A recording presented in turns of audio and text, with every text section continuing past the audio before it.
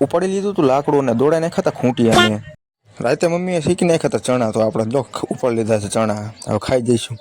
સવારમાં જાગીને જોયું ને તો ખૂંટિયાને પૂર નાખ્યા હતા બધા લારામાં. તો અમે તો થોડોક સાથ સહકાર દીધી, ગામનું સારું થાય તો સારું કહેવાય આપણા માટે.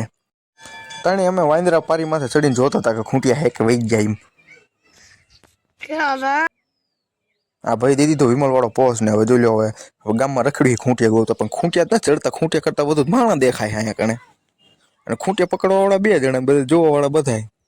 જો પરાણે ખૂંટિયાને નાખી દીધો નિશાળ અંદર. હવે ખૂંટિયાને દોડાવવાનો, કેમ કે ખૂંટિયા એમને બહુ દોડાય. હવે ખૂંટિયાનો વારો, ખૂંટિયાને કે દોડો સમયથી. તોય તે ખૂંટિયા તો થાકી ગયા, દોડીને થકવાડી દીધા છે. હવે જોઈ લો, હવે બધાને આ બાજુ લાવવાનો છે.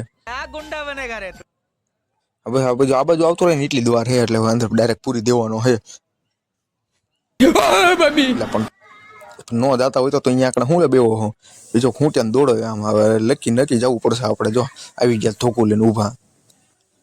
બહુ ઊભું રહી ગયો ને, જોયું ને મને જોઈને ઊભો રહી ગયો એવી રીતે કે હવે સમજી ગયો કે અહીં ન જવાય. હવે નકમ કંઈક સર્વિસ થાય છે એના કરતા વહી જવું સારું. પણ તોય તો પણ મારો સામો થતો લે, તું ભાઈ ગયો હોય. મારું ખાલી મોઢું જોઈને રહ્યો ને એ અંદર વહી ગયો. એટલી બીક લાગી છે મારી. જોઈ લો અંદર વહી ગયો ને. Just kidding guys.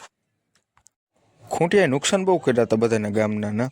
એટલે બધા ભેગા થઈને હોય કે જવા દેવા છે ખૂંટિયાને, તો બધા ખૂંટિયાને જવા દીધા. હવે જો આમ બહાર આવતા રહેતા અહીંયા બનતું તો ગેટ, અને હવે તમારે જવાનું હતું દુકાને.